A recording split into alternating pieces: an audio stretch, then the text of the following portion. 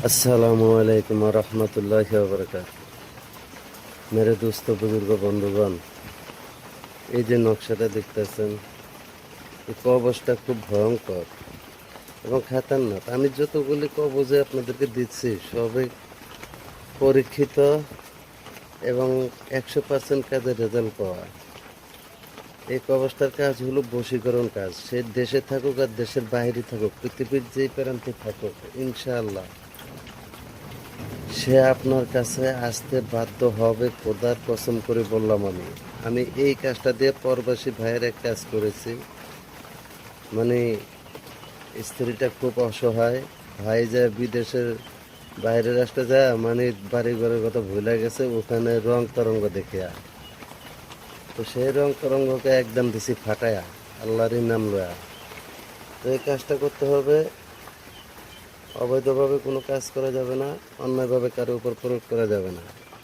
অন্যায়ভাবে করবেন বরঞ্চ নিজের ক্ষতি হবে, উপকার তো হবেই না, আরও বিপদের মালা গলায় পরায় নেবেন আর কি। এই কাজটা করতে হবে দাদা ভাই। 3 পিস হরিণের ঝিল্লি নেবেন। 3 পিস হরিণের ঝিল্লি নিয়ে 2টো জালালি কবুতরকে নেবেন।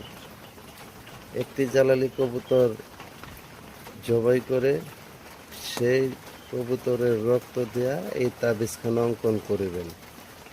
3টের ভিতরে 3টা অঙ্কন করিবেন। 3টা অঙ্কন করে একটি কবজ সিঁদুর মিদুর দিয়া সুন্দর করে সাজাইয়া গুজাইয়া ওই যদি পুরুষের উপরে বশ প্রয়োগ করেন তাহলে পুরুষ কবুতরের গলায় তাবিজটা বেঁধে আকাশে ছেড়ে দেবেন। ইনশাআল্লাহ চলে যাবে, আপনার প্রিয়জন চলে আসবে। আর যদি মহিলার উপরে প্রয়োগ করেন তাহলে মহিলা কবুতরের পুরুষ কবুতর জবাই দিয়ে মহিলা কবুতরের গলায় বেঁধে ছেড়ে দিবেন। ইনশাআল্লাহ দেখবেন আপনার প্রিয়জন কিভাবে আপনার কাছে চলে আসে। তো এই কাজটা করতে হলে সর্বপ্রথমে আপনাকে বলি, যার উপরে প্রয়োগ করবেন তার নাম আছে, রাশি আছে, রাশির মেজাজ আছে, তারা ধরে কাজ করিবেন। ইনশাল্লাহ 100% রেজাল্ট পাবেন। আর কাজ করার আগে দেখবেন ওনার শরীর বন্ধ আছে কিনা। যদি কোনো রকম বন্ধ থাকে তাহলে বন্ধের আগে কেটে নেবেন, তারপরে কাজ প্রয়োগ করবেন। না এলে মনে করেন আপনি মানুষের হাজার হাজার টাকা খরচ করে শরীর বন্ধ করে আপনি করলেই যে হয়ে যাবে এমন কোনো কথা না। এই জন্য বলছি সর্বপ্রথমে শরীরের বন আছে কিনা ওটা দেখে তারপরে কাজ চালাই দেবেন।